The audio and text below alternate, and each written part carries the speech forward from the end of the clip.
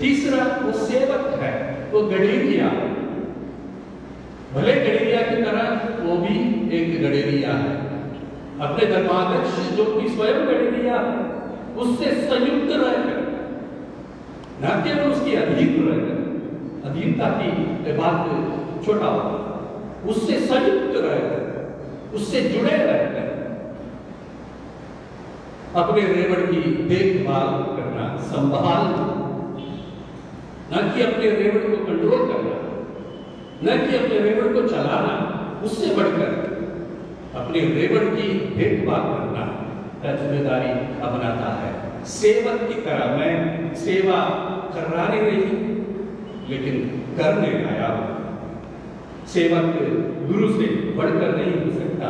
इन सब प्रभु यीशु क्रिस्त जो कि भला गडेरिया है, उनके वचनों को हरदम अपने दिल में संजोए रखकर वो एक सेवक का रूप धारण करता है और भले गडेरिया यीशु से संयुक्त रहकर उसके हाथ में सौंपा गया उस रेवड़ की देखभाल करता है, उसका निर्माण करता है, उसके सुरक्षा के लिए हर संभव प्रयत्न करता रहता है, जहां तक कि अपने को निछावर करने के लिए, अपने को एक मेमने के रूप में बलि चढ़ाने के लिए भी तैयार हो जाता है। वहां पुरोहित के गुण का संपूर्णता प्राप्त होता है। वहां पर आज जब हमारे भाई संजय कुमार भारती अपने प्रतिज्ञाओं को इस धर्ममंडली के सामने घोषित करेंगे, यह हमें ये बतलाते हैं कि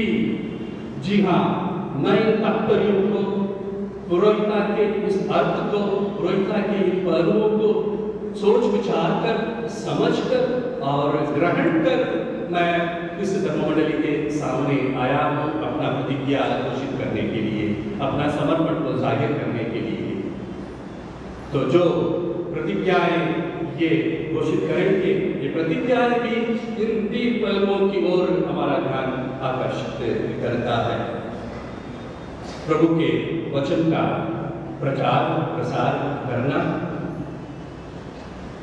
पवित्र यज्ञ संपन्न करना और पवित्र प्रजा की सेवा में लगे रहना, ये पुरोहित का कार्य है, कर्तव्य है, जिम्मेदारी है और इसी की ओर पुरोहित का समर्पण निहित है।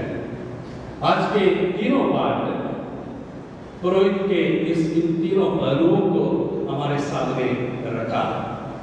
यूहन्ना के सुसमाचार से हम देखते हैं, जब तक दाना गिरकर मर नहीं जाता, वो पूर्ण फल या पूर्ण जीवन नहीं देता दूसरों को। उस सेवक के बारे में जो कि अपने आप को खाली कर, क्रूस पर अपने को पूर्णतः निछावर कर, मिट्टी में झुककर गिरकर जीवन दिया संसार को, संपूर्ण जीवन दिया संसार को। एक सेवक का धारणा है, ये सच्चे सेवक का धारणा है। तो ये धारणा को अपनाने के लिए, इस भावना को साधने के लिए आज संत यूहन्ना का सुसमाचार हमें आमंत्रण देता है। Self emptying in order to serve, यही है संदेश सुसमाचार में। पौलुस इस बात को और आगे बढ़ाते थे, हम इसके योग्य नहीं हैं, यह कि हमें ताकत है, यह कि हमें योग्यता है, यह कि हम सक्षम हैं, हम असक्षम हैं, हम अयोग्य हैं, हम बलहीन हैं, तब पर भी प्रभु बुलाकर, स्वीकार कर, आपके गुणों को पहचान कर, आपकी विनम्रता को जानकर, उससे प्रभावित होकर आपको ये जिम्मेदारी सौंपता है, आपको सेवक बनने के लिए बुलाता है। और आपका इस समय का व्यक्तित्व उस मट्टी के घड़े के बराबर है, कमजोर है, तब पर भी उसी में सोना जैसे धन रखा जाएगा। उस मट्टी के घड़े में भी मंदिर में ही ईश्वर निवास करेगा और वहां से ईश्वर प्रज्वलित होगा। आपके शरीर में ईश्वर प्रभु यीशु दिखाई देगा। पौलुस कहते हैं तो इसका मतलब यह हुआ आपको प्रभु यीशु के पुरोहिताई के उस गुणों को, सद्गुणों को अपने आप में ग्रहण करना होगा, अपने आप में समेट लेना होगा, अपने आप में साधना होगा। ये एक बहुत बड़ा चुनौती है आज का ये समारोह है, आज का एक ये अभिषेक की विधि आपको इस दिशा की ओर खींच रहा है और चुनौती आपके सामने रख रहा है।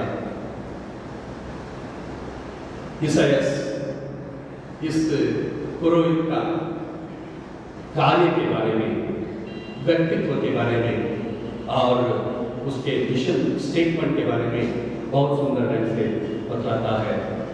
बहुत ही सरल विवरण है। ये ईश सेवक, ये गडरिया, ये पुरोहित क्या करेगा, क्या करने के लिए ये बुलाया गया है। क्रिस्त में प्यारे भाइयों तथा बहनों, हम सब इधर आए हैं भाई संजय कुमार के पुरोहिताभिषेक के आनंद में भाग लेने के लिए।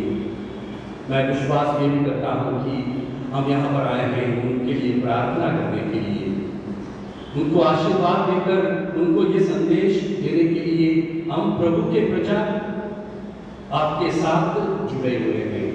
आपके सेवा कार्य में, आपके पुरोहिताई के किसी न किसी तरह से भागीदारी है।